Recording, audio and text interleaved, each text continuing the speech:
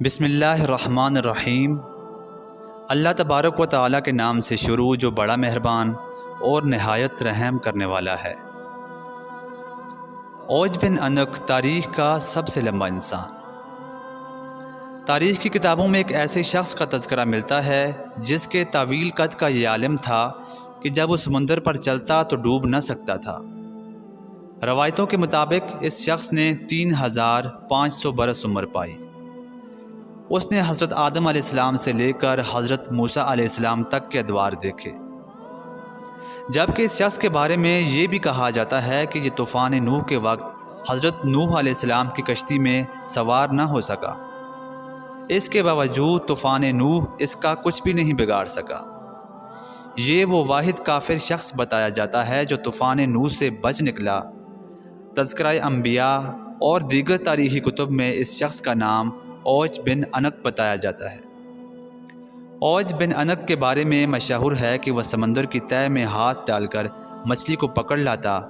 اپنی لمبائی کی وجہ سے وہ سورج کی تپش سے بون کر کھاتا تھا۔ یہ طویل قداور شخص انتہائی سرکش، ظالم اور جابر تھا۔ اوج بن عنق کا قصہ کچھ یوں بیان کیا جاتا ہے کہ جب حضرت موسیٰ علیہ السلام قوم بنی اسرائیل کو قید فرعون سے بحفاظت نکال کر لائے تو اللہ نے بنی اسرائیل سے فرمایا کہ عمالقہ نامی قوم سے جہاد کرو اور ان سے ملک شام چھین لو، پھر ہمیشہ کے لیے وہ ملک تمہارا ہو جائے گا۔ حضرت موسیٰ علیہ السلام نے 12 اشخاص کو بنی اسرائیل کے 12 لوگوں کا سردار مقرر کیا۔ آپ نے ان 12 سرداروں کو ملک شام کی طرف بھیجا۔ یہاں ان 12 سرداروں کا سامنا اس دیو قامت انسان اوج بن عنق سے ہوا۔ اوج بن عنق نے ان سرداروں کی حقیقت جاننے کے بعد ان کو پکڑ لیا اور دکھانے کے لیے اپنی بیوی کے پاس لے گیا۔ اوج نے اپنی بیوی سے کہا کہ دیکھو، یہ سب لوگ مجھ سے لڑنے کے لیے آئے ہیں اور انہیں جان سے مارنے کا ارادہ کیا، لیکن اوج کی بیوی نے ان کو بچا لیا۔ یہ تمام سردار اس قوم کی طاقت سے ڈر گئے اور واپس آ کر سارا ماجرا حضرت موسیٰ علیہ السلام کو سنایا۔ اس پر حضرت موسیٰ علیہ السلام نے کہا کہ تم لوگ بنی اسرائیل سے صرف اس قوم کی خوبیاں ہی بیان کرنا، ان کی طاقت کا ذکر نہ کرنا۔ صرف 2 سرداروں کو چھوڑ کر باقی کے تمام لوگوں نے بنی اسرائیل کو اس قوم کی طاقت اور قوت کا بتا دیا، جس پر بنی اسرائیل نے چاہا کہ وہ جہاد میں نہ جائیں گے۔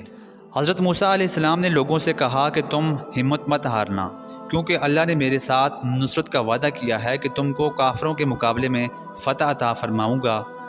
بنی اسرائیل نے وہاں جانے سے صاف انکار کر دیا۔ حضرت موسیٰ علیہ السلام نے ان سے غصے ہو کر اللہ تبارک و تعالیٰ سے ان کے لیے بدعا کی، جس کی وجہ سے شام کی فتح میں 40 سال کی تاخیر ہوئی۔ اس مدت میں بنی اسرائیل کے لوگ جنگلوں میں بھٹکتے رہے۔ دوسری طرف حضرت موسیٰ علیہ السلام حضرت ہارون علیہ السلام کے ساتھ اپنا عصا ہاتھ میں لے کر ملک شام کی طرف چل پڑے۔ حضرت موسیٰ علیہ السلام کی باقی قوم نے ملک مصر جانے کا ارادہ کیا۔ وہ لوگ تمام رات چلتے رہے، لیکن جب صبح ہوئی تو دیکھا تو جہاں سے چلے تھے وہیں پر کھڑے تھے۔ وہ سمجھے کہ شاید حضرت موسیٰ علیہ السلام کی بددعا سے یہ حال ہوا ہے۔ یہ لوگ 40 سال تک اس جگہ سے نہ نکل سکے۔ یہ جگہ فلسطین، اردن اور مصر کے درمیان ایک میدانی علاقہ ہے۔ اپنی قوم کی نافرمانی کے بعد حضرت موسیٰ علیہ السلام خود ہی اوج بن عنق کے خاتمے کے لیے روانہ ہو گئے۔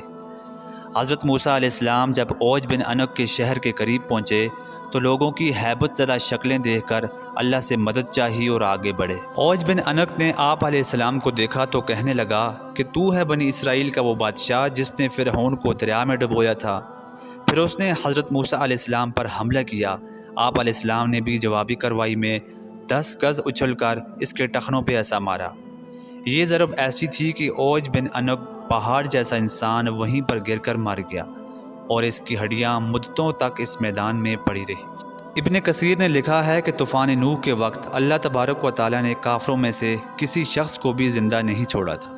حضرت عائشہ صدیقہ رضی اللہ تعالیٰ عنہ نے فرمایا کہ حضور نبی کریم صلی اللہ علیہ وآلہ وسلم نے فرمایا کہ حضرت نوح علیہ السلام 50 کم 1000 سال تک زندہ رہے۔ جب ان کی قوم کے نافرمان لوگوں پر عذاب آیا تو کوئی بھی نہیں بچ سکا۔ حافظ ابن کثیر کے نزدیک اوج بن عنق کی کہانی جھوٹی اور من گڑت ہے، جس کی تردید بخاری اور مسلم کی اس حدیث سے ہوتی ہے کہ نبی کریم صلی اللہ علیہ وآلہ وسلم نے فرمایا کہ اللہ تعالیٰ نے جب حضرت آدم علیہ السلام کو پیدا کیا تو ان کا قد 60 ہاتھ تھا، اور آگے ان کی اولاد کے قد میں مزید کمی آ رہی ہے۔ اس حدیث سے واضح ہے کہ حضرت آدم علیہ السلام کی اولاد میں ان کے قد سے بڑھ کر کوئی بھی قدور شخص پیدا نہیں ہوا۔